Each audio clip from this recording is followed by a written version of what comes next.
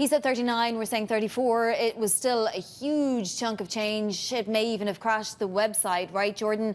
How is President Trump, or former President Trump, guilty on 34 counts, 34 felonies, raising so much money right now?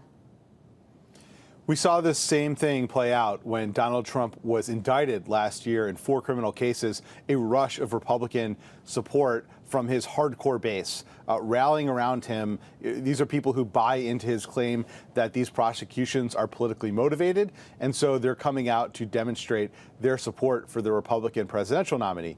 Now, whether he could sustain that momentum and also make the same appeal to independent voters in battleground states remains to be seen. Exactly, and we will see that throughout the coming weeks. You have to wonder about the bigger donors, though. What will flow in from them, and how can they possibly support a criminal? You know, it's a great question. This criminal conviction is a watershed moment in U.S. politics. If Donald Trump were to win the election, it would raise a lot of questions about the rule of law. But these Wall Street billionaires don't seem to be asking a lot of those questions. They are throwing their financial support behind Donald Trump. You mentioned Miriam Adelson, Steven Schwartzman, Bill Ackman has indicated he's willing to go there as well. And for them, it seems to be the bottom line that Trump is promising lower taxes, lower regulation, and they seem to value that over all the other concerns that a second Donald Trump presidency might prompt.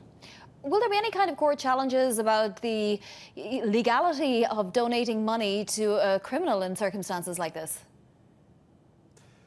You know, it's an interesting question. They are donating to his political committee, so they're not donating to Trump personally. I'm not sure there would be any legal barriers there, but there are some practical questions for Donald Trump. His sentencing in the New York case is going to be on July 11th. That's only 4 days before the Republican National Convention is due to begin. And then if he is sentenced to jail, a lot of people think he won't be, but if he is, how would that even work out for a major party presidential nominee, and not to mention a former president who's under Secret Service protection? So this really all goes to show how the U.S. now is in uncharted waters with someone who could be president being a convicted felon.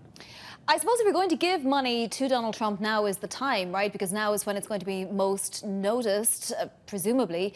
If you're a big money donor, a big Wall Street donor, though, that doesn't preclude you from also donating to everybody else if you want to, right? Sure, and some Wall Street donors have chosen to still withhold support for Donald Trump and focus on down ballot races, so House candidates, Senate candidates, candidates for state governors. One of those is Ken Griffin, who hasn't gotten into the race for Donald Trump yet. And so that shows there still is some skittishness there among some big Wall Street donors, but we are seeing some big names rush into the fire here, kind of disregarding any concerns about this criminal conviction because they seem to value their financial bottom line above all else.